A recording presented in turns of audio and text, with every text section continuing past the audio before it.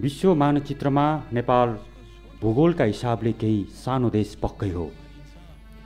एसियाका दुई ठूला देश चीन र भारतबीच इट्टा आकारमा रहेको नेपाल कहिल्यै कुनै देशको अधीनमा रहेन। त्यस्तै विश्वको राजनीतिक ध्रुवीकरणमा पनि असंलग्न परराष्ट्र नीति मार्फत सधैँ स्वतन्त्र रह्यो। साम्राज्यवादको उर्लदो खहरेले नेपाली सीमाको माटो छुनै पाएन। कवि गोपाल प्रसाद रिमालले त्यसै लेखेका थिएनन्, साम्राज्य दुई हारे, हारे नसान हाम्रो।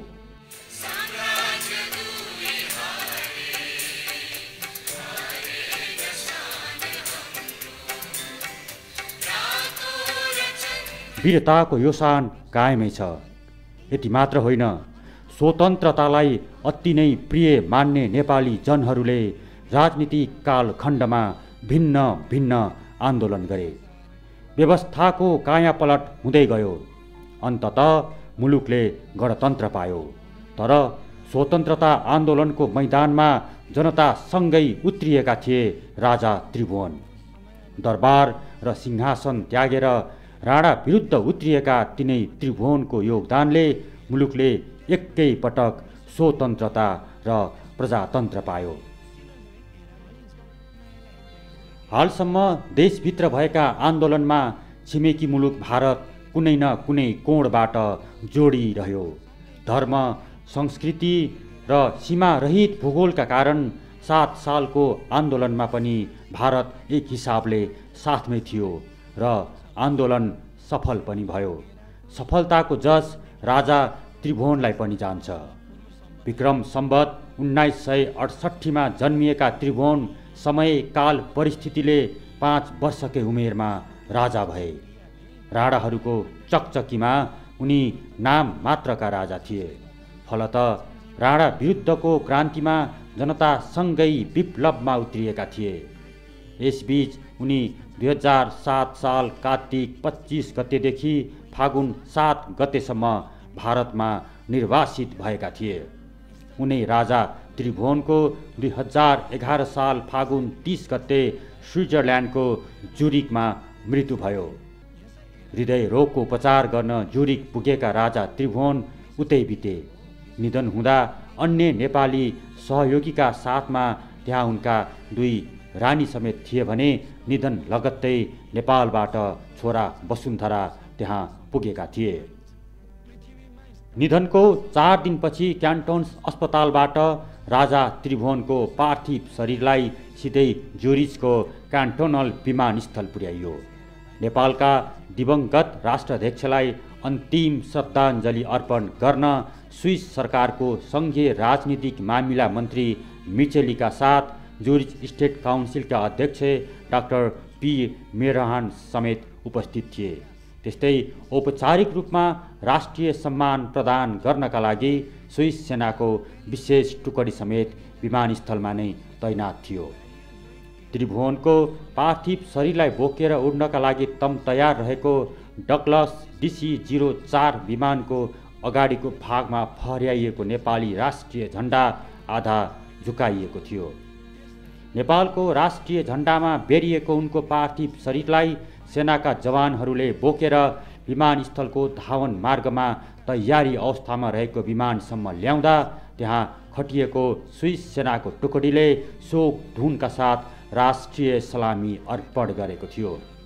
स्विस एयरलाइन्सको उक्त विमान राजा त्रिभुवनको पार्थिव शरीरलाई लिएर उनका 2 रानी कान्ति राज्यलक्ष्मी र ईश्वरी राज्यलक्ष्मी साथै सुपुत्र अधिराजकुमार वसुन्धरा सहितका अन्य नेपाली सदस्यसहित 17 मार्चको बिहान स्थानीय समयअनुसार 8:30 बजे त्यहाँबाट उड्यो।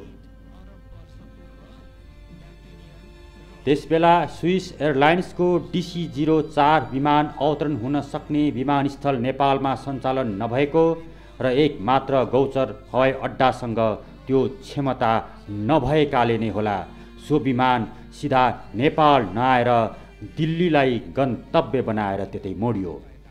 लामो यात्राका दौरान बिसौनी चाहिँ भएको भारतीय भूमिमा छिमेकी राष्ट्राध्यक्षको पार्थिव शरीर आइपुग्दा भारतले राष्ट्रिय सम्मानका साथ आफ्नै भूमिमा उनलाई अन्तिम श्रद्धाञ्जली अर्पण गर्न चाह्यो।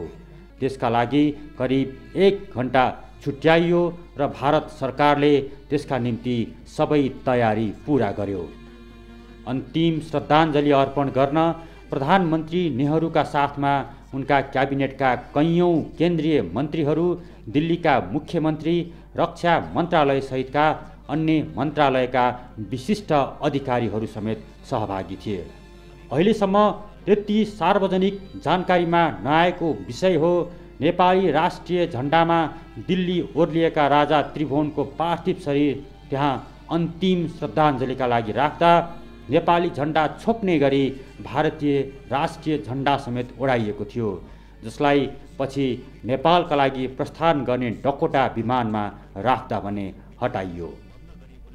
दिल्लीमा त्रिभुवनलाई श्रद्धाञ्जली अर्पण गरिसकेपछि भारतीय वायुसेनाको डकोटा विमानबाट उनको पार्थिव शरीरलाई काठमाडौँको गौचर हवाई अड्डामा ल्याइयो। त्यहाँ नेपाली सेनाले सलामी अर्पण गर्यो।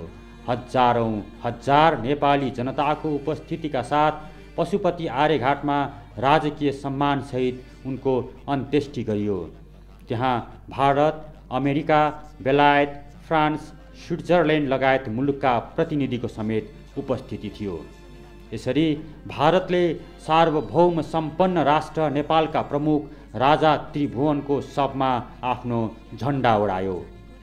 छिमेकी मुलुकका राष्ट्राध्यक्ष तथा आफ्नो मुलुकका असल मित्रको निधनमा राष्ट्रिय सम्मानका साथ उनलाई अन्तिम श्रद्धाञ्जली दिनु स्वाभाविक नै हो। त्यस्तो अन्तर्राष्ट्रिय अभ्यास पनि व्याप्त छ। तापनि कुनै एक मुलुकको राष्ट्राध्यक्षको पार्थिव शरीरमा राष्ट्रिय सम्मानका नाममा कुनै अर्को दोस्रो मुलुकको राष्ट्रिय झण्डा नै ओढाउनु भने देशको हेपाहा प्रवृत्ति नै हो। विस्तारवाद र हैकमवादको नमुना अद्यापि जारी छ।